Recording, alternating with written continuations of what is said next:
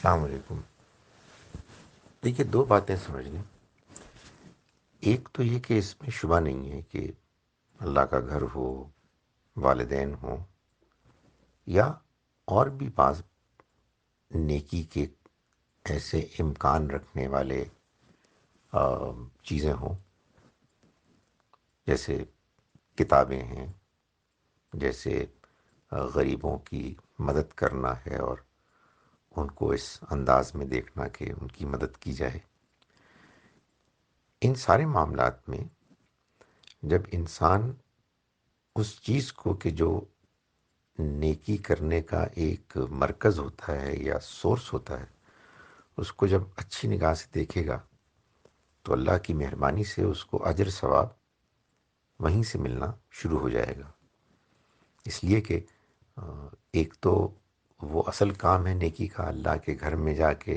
اللہ کو یاد کرنا، اللہ کی عبادت کرنا، اس کو پکارنا، والدین کو دیکھ کے والدین کی خدمت کرنا، ان کو خوش کرنا۔ اسی طرح سے علم کا معاملہ ہے، اور دوسرے غریبوں کی مدد کرنے کے کام ہیں وغیرہ وغیرہ۔ تو جب کبھی بھی کوئی اس طرح کی نیکی کا امکان ہوگا اور اس کو آدمی شروع کرنے سے پہلے، یا